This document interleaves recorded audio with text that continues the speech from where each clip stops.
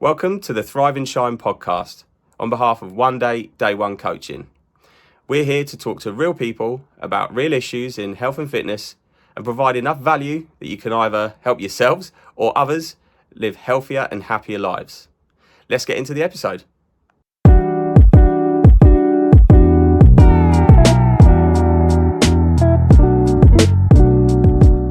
Right, welcome to episode 4 of the Thrive and Shine podcast. As you will see, unfortunately, we have no Richard again, but I do have a guest that I've been looking forward to talking to, so I'll let him introduce himself. Hi, how are we doing? So I'm Adam. So I used to be a teacher. So I was a teacher for 11 years and then decided that I couldn't stand working with teenagers any longer. Left the world of teaching to set up it's in-person nutrition coaching originally, and then went into the online world. So I've been coaching clients for about 6 years now. And it will be remiss of me to say that Adam is the man that created the man. So along with, I have worked with some other professionals. Got to give a shout out to Aaron if he ever watches this. But really helped to start my journey. So that's why I was looking forward to talking with you, because I know we've probably had similar conversations just randomly. So why not record it? And at least Lorna will be watching. That's the wife for anyone who's watching. So we've got at least one viewer. Hey, but there's been a few more. So fantastic. All right. So what we thought we'd talk about today is something I'm really interested in hearing your thoughts on. And it's kind of one of those questions that, again, a lot of the I guess the motivation for these calls or the ideas and things like that do come from conversations that I've had or heard of, or you see something. And this is one that it really interested me around why, if I was to kind of just put it into the shortest phrase I could, is why some people can and some people can't. And what I really mean by that is around prioritizing their health, around creating sustainable lives. Like, some people just seem to be able to do it. If you take enough steps back, you look at and you can just see people and they're really great at it. And then others just fail miserably, give up, never do it, blah, blah, blah. And I'm just interested to know what your thoughts are on that for a start. And then we can just jump into it.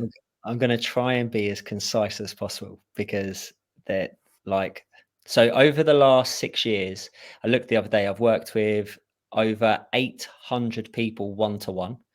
And then I've had 10,000 people on an email list. I've got a group in Facebook of about 6,000. So I've worked with a lot of people either through challenges or one-to-one coaching. So I'd feel like I have some fairly good personal experience of this, because I've had clients that have thrived, like, blow smoke up your ass. You smashed it, right? You did amazing. But I've also had, within that, obviously there is going to be a proportion of people that just never do the work. So I have my own theories, and actually I ChatGPT'd as well to see if I can find some research around it as well. So my own theories is that this is very complex. There is loads and loads of reasons. Personally, I think a lot of it stems from psychological factors. So self-esteem, self-worth, identity, and beliefs, from my personal experience. So an easy example of this, and I can't name the other person because in case they do watch this. So me and this other person are very different in terms of how we approach our health, our fitness, our diet. Now, our childhoods were very, very different. So a lot of this will probably stem from childhoods, from those early development years. So as a child, my mum and my dad and my whole family actually used to blow smoke up my ass constantly. Like, there was nothing I couldn't achieve. Like, you can do this, you can be that, you can do whatever you want to. Right. So I was continually told everything was capable, everything was possible for me. And I was also pushed to do uncomfortable things, which built my self-esteem at the same time. So, like, I remember at the age of 11, I had a trial for QPR and I had to go to Bristol. I didn't know any of the other kids. I was like 11 years old, 3-hour drive on my own with my granddad. And I was in the changing room, and, like, honestly, I've never shit myself so much in my life. And I didn't know any of the other kids, like all these other London boys. And it was scary, but I was pushed into the situation by my family, and they're like, "You're gonna be fine. Like, you're good enough." Blah blah. And so you got this early development. Can I compare this to the other person in my life that I know very well that doesn't really do any exercise, that can't make changes, that isn't happy with their physique, they're not happy with their weight. Their childhood was very, very different. They were constantly told, like, why are you doing that? Like, you can't do that. Like, why are you going uni? It's a waste of time. Like, was kind of not downtrodden, but they were never built up and never put in situations where they could build their confidence or self-esteem. So it's like, oh, don't worry, you don't have to do that if you don't want to. So then they're now in a position where they don't have that belief that's been brought from their childhood that they can achieve stuff, that they can do stuff. Now, I don't know, obviously we've spoke about this briefly. I don't know whether your childhood would kind of resonate with what I've said, and hence why you have that belief that you are capable of, you know, other things. That's an interesting one, actually, because when it comes to sport, it is very different. Brought up in a really traditional Indian culture, it was kind of academics first and stuff like that, right? And that's why it interests me, only because the sporting stuff was off my own back. But actually, I'm self-aware enough, I guess, and I've reflected enough to be able to take enough steps back to say, well, it wasn't really about sport or academics. It was more so the mentality. And so some of the things that you were talking about there, say those are the kind of messages I heard in that sense. And I've just taken that learning and applied it to something else. So it was always about, doing your best, trying your best, keep going, but then in addition to that, I have to say that there were other things, like whilst, my mum and dad weren't sporty as such, but when it came down to games, so if it was like drafts or chess or tiddlywinks or whatever, it was competitive. So that these are the kind of characters, and I had other people in my family as well, like uncles, cousins. They were all like that, where it was quite competitive just as people. So whatever they were trying to do in life, they were trying to achieve something. And so some of those underlying messages, I guess, were there. And whilst they weren't sporty, I think I could quite confidently say I'm the sportiest out of the lot. Then, yeah, I think I can see why the messages were still the same, regardless of what the application was of it. Yeah, I see. I know I use the example of sport, but the messages were the same for me for education. Like, they're the same for everything. My family were like, you can get A's, you can get A stars, you can go to, whatever. And I think it's more what you said in terms of it's the mess, it's the building of resilience, it's the building of determination, of that competitive spirit almost. Because so obviously I feel like I'm going to be oversimplifying this, because there's the factors can be so many. There could be trauma, for example, like that someone has experienced, like genuine trauma. Like, I think I'm oversimplifying, but if I look at the people that struggle to stick to something, that struggle with consistency, they typically, from my experience, have low levels or lower levels, not necessarily low, but lower levels of either resilience or grit or determination. I forget her name. She was in education. She did a TEDx talk. Is it Duckworth? Can't remember her name. She's got a It's book not and Dwecker, everything. is it, or something like that? The one that That's wrote it, the Joel book Dwecker. on grit. Right. On grit. Yeah. On grit, yeah. Yeah. And basically, she showed from all the evidence that the most successful people, that the one common denominator was grit. Right. And that basically grit is that ability, that staying power. Like, and what I often see, especially because obviously my focus has been with weight loss. So the people that struggle with weight loss, because weight loss is not linear, like it will never ever go in a straight line. Doesn't matter what you do, because your scale weight is not something that's completely controllable, because most of it is actually water and that fluctuates. So the people that will stick with it are the ones that will be able to get through those fluctuations and just keep going. And even if they have a bad week or whatever, they just keep going. They have that determination to keep going irrespective, and they focus on the habits, behaviors.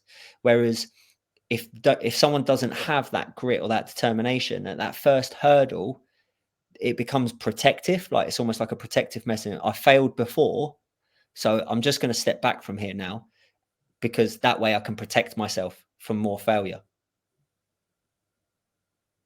Yeah, it makes sense. And you're not going to believe this because this is actually where this came from, right? But I didn't know if you were going to get the reference. For some reason, I just didn't say it. So this whole thing about some can, some can't came from Yeah. I was away with work, and one of the guest speakers was one of her ex-students, right? And he's now doing his own stuff in this space. And so he was basically explaining what grit is. And just for anyone else out there, what I'll do is I'll put a link of the book that it relates to. But effectively, he's explaining this. The reason for that, the premise for that, was around what value that has in the workplace and how it being a determining factor of success, how could you use that going forwards? Now, one of the things that they kind of spoke about was in recruiting.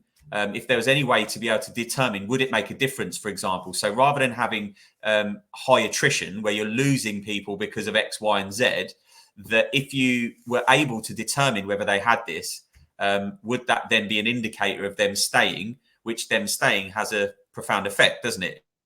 In terms of now you've got people progressing through the ranks, so you keep your top talent rather than them leaving, and so on and so on. That's why I was intrigued about it in this context, which is how we've ended up talking to each other. Probably just should have said that from the start, but it's just funny that you've ended up stumbling across it, because one of my next questions was then around these characteristics. So you've mentioned a few then. What are they then? Okay, so from my experience, the people that are generally more successful have grit, determination, resilience. I think we kind of touched on that competitiveness. So I have a guy at the moment, I've been working with him 18 months, and most clients don't normally stay that long. But he's a very high achiever. Like, he's become a partner in a law firm. So he wasn't when we first started working together, but he's like super driven.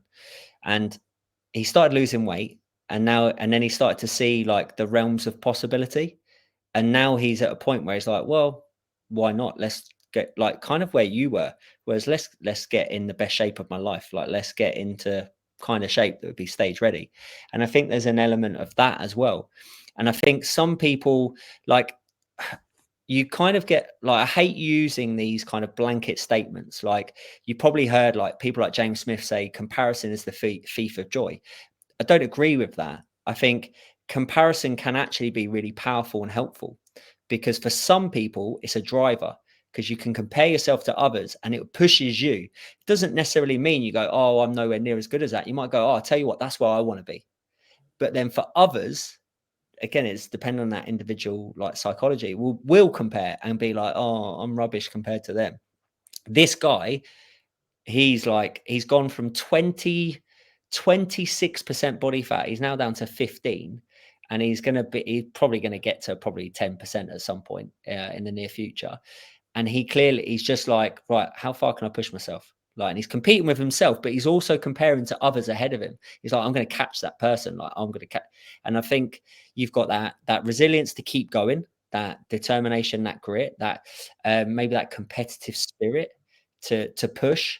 Like, and I think that kind of is, people, if you see move up through the ranks in the workplace, not always, but I think in some places are competitive. They want to push themselves. They want to take more responsibility.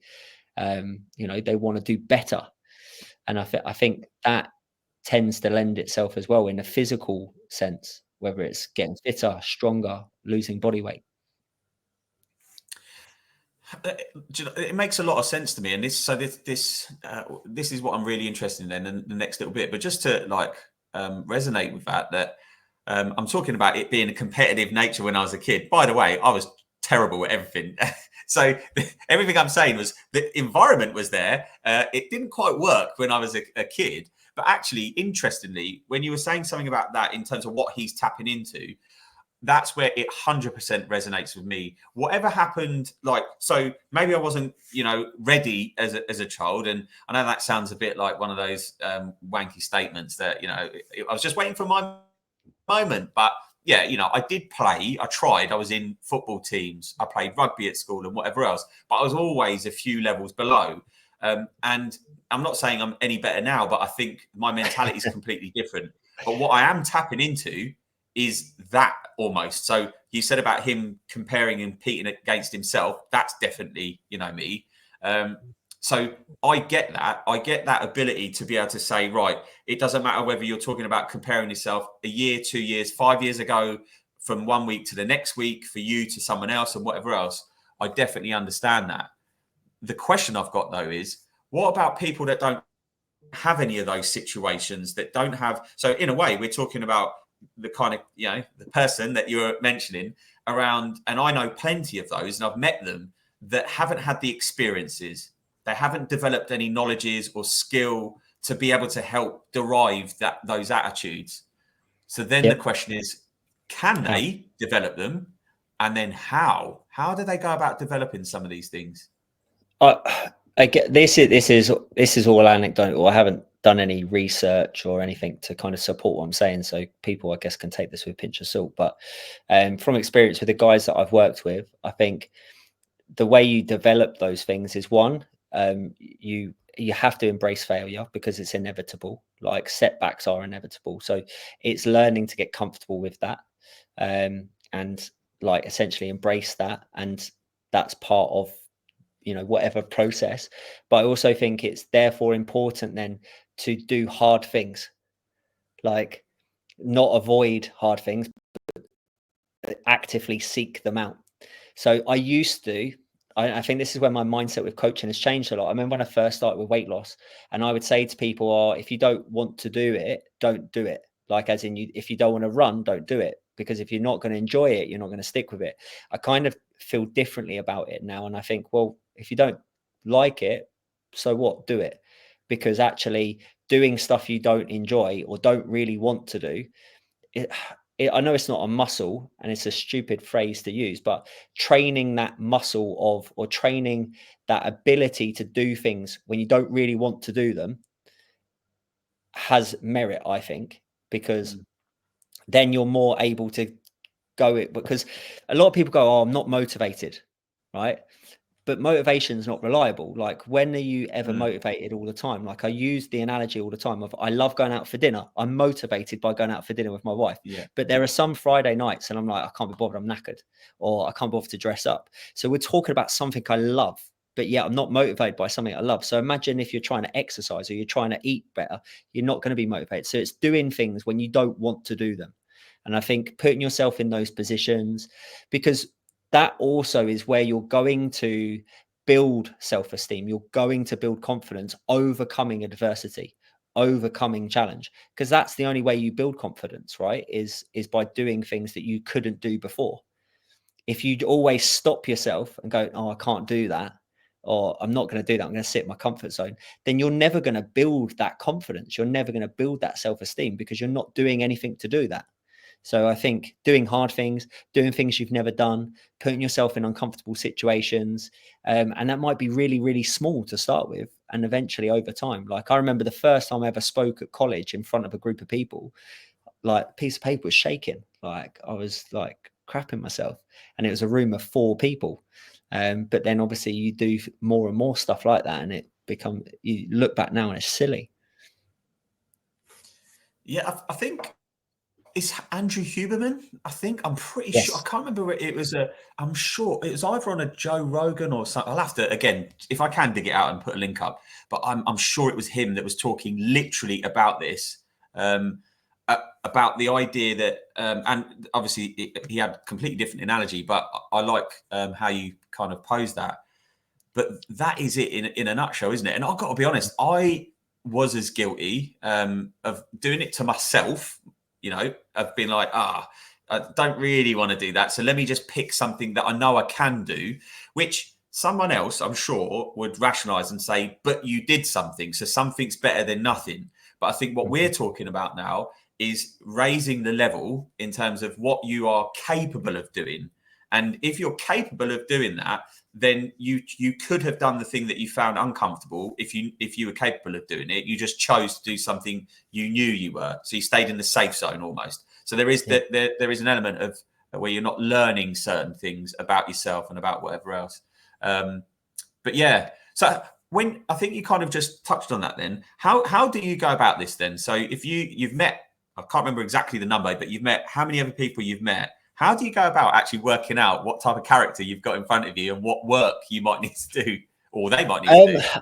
I think it that takes time, and it takes actual like situations to arise.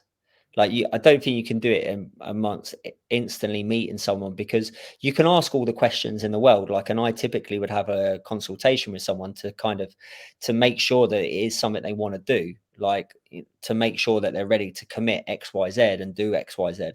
But then it's only when actually you're in the process, oh, my weight's gone up this week. How do they react to that? Or this week, I've had a really tough time with poor sleep or work is busy. It's only when actual life happens and you see how they react to that then you can go, okay, right, now I can understand what this person is like, whether they're someone who keeps pushing through. Like, I'll give you a great example. There's a girl at the moment I'm working with. She has no kitchen whatsoever, like nothing. She's literally got a microwave. And I've worked with people in the past that would go, oh, I can't do this right now. I'm going to have to cancel because I don't have a kitchen. And this girl is amazing. She's literally like, it's okay. Like, can you help me find solutions and ways to work around this? And I know my diet's not going to be perfect. I've only got microwave, but we're going to do this. And she's like, right, we're going to figure it out. Like, and it's those experiences where you'll see what type of person you're working with, I think. As you were saying that, it did make me laugh. I was just thinking, I'm not sure I would have achieved what I did with just a microwave. I'll be honest with you. Yeah, she's doing I'm better amazing now. Yeah, so fair play to her, because that filled me with dread, and I'm not even doing it. But the idea of just doing it by that. So, like, thinking, if you were to break this down, and these episodes, we are trying to keep them short and sharp, and I'm sure, like, we could easily talk about this for however long. But if you were to distill it now down into how many other top tips you wanted to provide, but really saying that if you were suggesting, so I know you've already probably mentioned one or two, but anyway, yeah, what would be the kind of things that you'd suggest for people that are out there that maybe resonate with this, to say, look, they weren't born in this way, in an environment that has created it and helped them along that way. So they're probably having to start from scratch. And if that's the case, then what are those things that you'd suggest for them to? Okay, yeah, I think that's a really good question and really hard to answer succinctly. Okay, so definitely, so do things that challenge you and you don't necessarily like or want to do, and put yourself in uncomfortable situations each week, and that could be really, really simple. So, to give an example to help, so ice baths are all the rage, right? There's not really much scientific evidence that there's much benefit, full stop, right? But I do them, even though I am very evidence-based. Like last week, I actually hated it. I was sat in it and going, what the hell am I doing? Like, and then the next day I was like, I don't want to do this, and I procrastinated, but I did it because in my back of my head, I had this thought, I should do it because I don't want to do it. And it doesn't need to be an ice bath. It doesn't need to be CrossFit. It could literally be something as small as going for a walk in the rain, right? Getting an umbrella and going for a walk in the rain. For everyone, it's going to be different. And it's, what do you feel uncomfortable with? What do you not want to do? Do it anyway. I think aside from that, like, that's probably the one, if I was going to say one main thing, that's the one main thing I would say. And do things that, or try and achieve something that you've never achieved. And again, it doesn't have to be massive. It could be, maybe you've never set foot in the gym. Go and set foot in the gym. Like, that's an achievement. Like, and that will build your confidence in itself. And then the next, maybe 6 months down the line, go and set foot in the free weights area of a gym. That will be another big achievement. That's another step. And it's those little steps will eventually get you to a place where you're comfortable anywhere in the gym, and like, you become that more confident person. So I think, yeah, do things that take you outside your comfort zone, do things you don't necessarily want to do, that are challenging, that are difficult for you. And that can be different for anyone. And it could be small, could be big, wherever you're at. That's what I would say. Yeah. I can't agree more. And I think the thing about the small steps is definitely something that interests me, because you must have heard this way more than I have. But when people, and this could be any walk of life, we may be in our minds, maybe creating an image of somebody who's maybe in a fat loss program, but you could equally put somebody in a performance setting here. You could put somebody coming back from injury here. You could literally put anyone into any of those situations. And I think, for me, the idea of an end goal can sometimes be overwhelming. And if we did pick on fat loss clients, because it's kind of an easier one to visualize, especially in that scale, in terms of that scale, right? In terms of the goal, I mean, that if you were whatever you were, and let's say you're thinking about 30 kilograms down the line, that's terrifying. You know, the amount of change that you have to go through, because you may never even have been that person for years, many years. And so you don't know what it's like to live like that. Mm-hmm. And it sounds so oversimplified to talk about things in small steps. And yet that's literally the thing that's going to help you to get there. Like, if all you ever do is think about that grand goal, it's great having it, but I just find that that's a massive obstruction, especially when you come to fitness, because then something you just said there, which sounds ridiculous to anyone else, but trying to go from where you are now to, like, let's say 4 gym sessions a week, it's lunacy. I don't know why people do that kind of stuff. Do you know what I mean? Mental. Or sign up to like a CrossFit gym and they're like, right, they get all the gear, 3 months program. You know the guy I told you about who's down at like 15% body fat? 2 years ago, he could barely do a pull-up. Like, couldn't do a strict pull-up. He can now do muscle-ups. Like, but it's taken 2 years to get to that point. At no point did he ever say, I'm going to do a muscle-up. And then in the same respect, so this shows the difference in individuals' mentality. Like, literally this week, so I do like a couple of hours coaching in a CrossFit gym to help him out. There was a girl in the gym and she was like, I can't do that. Like, I'll never be able to do a strict pull-up, right? And I was like, you'd be surprised. Like, one of that guy that you're talking about that can now do muscle-ups was in the same position you were 2 years ago. Exact same position. And you can't, like, as you said, you can't picture you being at that, especially if you've never been there. But anyone, I genuinely believe anyone is capable of anything, as long as you have a long enough time horizon. Like, it might take you 10 years, it might take you 20 years, it might take you whatever. But like, have you ever heard of the guy called Dean Nargazes? Obviously, I know you're into your endurance stuff. No, doesn't ring a bell. I'll have to look. Really good story. So go and look up his story. So he must have been in his 30s. He's in his 30s. He was like normal bloke, just your normal average bloke. Didn't go to the gym, didn't do any like exercise really, like just a normal guy. Had a normal standard office job. Anyway, he was out on a night out and he was drinking and he almost had an affair. He almost cheated on his wife. And he was like, whoa, what am I doing? Like, this is stupid. Anyway, he went home. He immediately went home. Nothing happened. He put whatever money he had left from his night out, put it in his trainers, and he went running. And he ran and he ran and he ran until he couldn't run anymore. And he took the money out of his pocket, found a payphone, and phoned his wife and said, "Can you come pick me up?" She was like, "What is going on?" And anyway, he told her the whole story. And she was like, when she went to pick him up, she's like, "Do you know how far you've ran?" He ran a marathon. He'd never ran in his life. Like this night out, he ran a marathon. He's now one of the most impressive ultra runners, or was, maybe not so much anymore, but had completed unbelievable feats, like ran barefoot through ice, like for miles and miles, like done obviously the one in the desert. I forget the name of it. But yeah, really good story, like really interesting story. But again, like, he's a normal person, never done anything like that in his life, ended up being an ultra runner. Yeah. I definitely think everyone's capable of whatever they want. Yeah.